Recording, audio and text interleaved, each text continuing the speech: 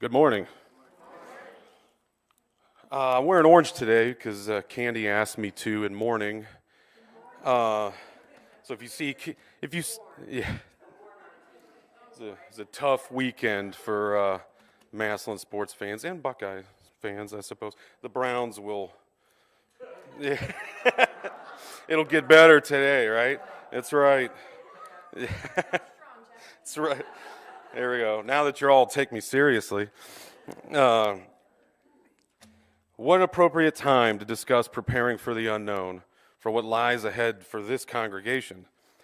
In the coming weeks and months, committees, groups, and volunteers will be combing over candidates, evaluating credentials, and making recommendations for who will be the next leader for this church, our church.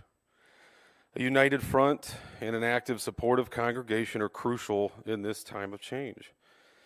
So, unfortunately, Jeffrey's racing obligations will prevent us from attending worship next week. So I would like to take this moment to personally thank Pastor Katie for her steadfast leadership and for her mentorship these past several years. 5 years, is that correct? 5 years. Pastor, I'm going to tell you the same thing that I told Pastor Chip before he left.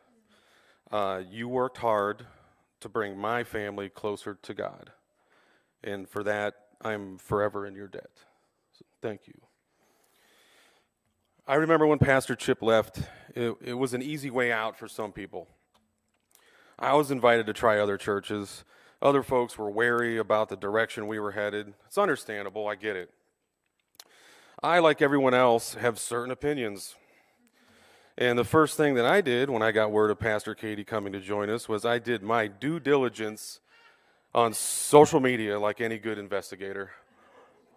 It became pretty apparent to me that Pastor Katie was young, vibrant, and the complete opposite of most of my social political ideals, which is okay.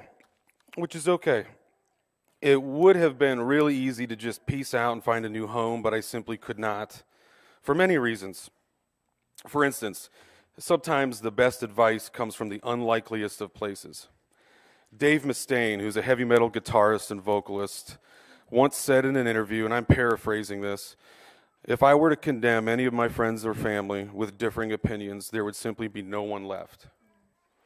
Think about that for a second. Since reading that, I have lived by those words. And so with an open mind and an open heart, I welcomed our incoming pastor, and I'm so happy that I did.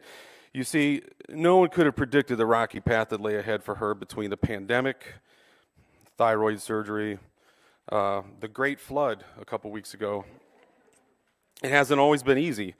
And also, let's not forget about the poor soul that lost his life on our property as well. During such tumultuous times, I found myself doing something that I should have done a long time ago. I began to pray for our pastor. I prayed that she would have the strength, patience, and wisdom to guide this congregation through previously uncharted waters, and here we are today. I believe that Pastor Katie was the right person at the right time for this church. Giving Pastor Katie a fair shake was not the only reason that kept the Ketlers here. You see, a congregation is much more than just a pastor. When I contemplated looking for greener pastures, I thought of the people that make up this church. When I think of Holy Trinity, I don't just think of Pastor Katie or Pastor Chip. I think of the Barkins, the Jadells, the Kishes, the Gardners, the Hartlines, Mike, Cheryl, Paul, the Wansicks. I think of Joyce, and Joyce has sent me a card every week since I was hospitalized clear back in July. Thank you, Joyce. And I think of the Clokies. I think of Kathy, Linda, and I can go on and on and on. Please don't feel slighted if I left you out. But I think you get the point. All of us together make up an unbreakable bond of fellowship and friendship. I received the counters report the other day since I am part of the finance committee somehow. And it was just sort of like added to the email list. And we had 62 people in attendance last week, or roughly 50% more than our usual draw.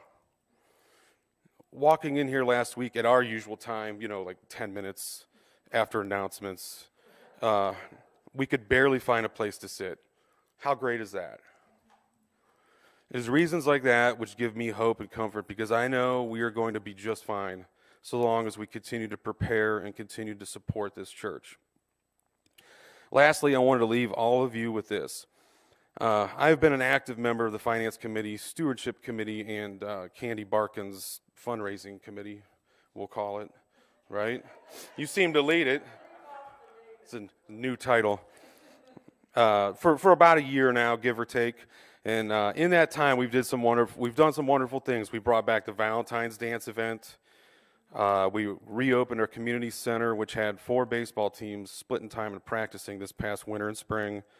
And we started recently the Cinnamon Roll fundraiser. The point that I'm trying to make is that this church and this ministry is what you make of it. All of our events, themes, or ministries have all been suggested or spearheaded by a member of this congregation. If you do not like the way something is done, change it. I challenge you. Join a committee or a group. I know I was welcomed with open arms, and surely there's a seat for any of you that wish to be a part of this at the table. We really have fun with it, especially when Jim gets to tell his jokes. In the coming weeks, intent cards will be going out. Please pray on this and think about what it is that you can offer, whether it's time, work, ideas, or monetary. This congregation needs all of us to prepare for what's next.